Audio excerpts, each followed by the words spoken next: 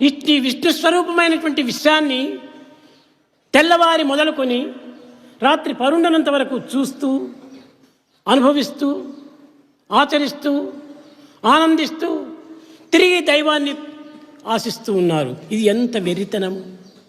Right from the time we get up from bed and retire at night, we experience, we visualize, we enjoy the blissful company of Lord, yet we are in search of God.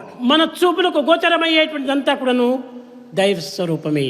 All that we see is divine. మన కర్ణములకు గోచరమయ్యేటువంటి శబ్దం అంతా కూడాను దైవ స్వరూపమే.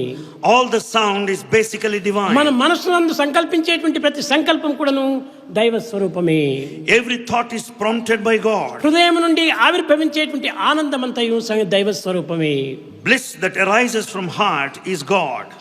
చూచున్నది, విన్నది, అనుభవించినది, ఆనందించినది అంతయు దైవ స్వరూపమే ఉండగా దైవాన్ని చూడాలని ఆశించుకోవటం ఇది ఎంత వెరితనం! What all that we see, hear, experience and enjoy is divine, but నీవు yet we క్షణము కూడాను దైవాన్ని దర్శిస్తున్నావు. in fact, moment to moment you see God. కణమునందు కూడాను దైవాన్ని నీవు స్పర్శిస్తున్నావు. In every cell there is God.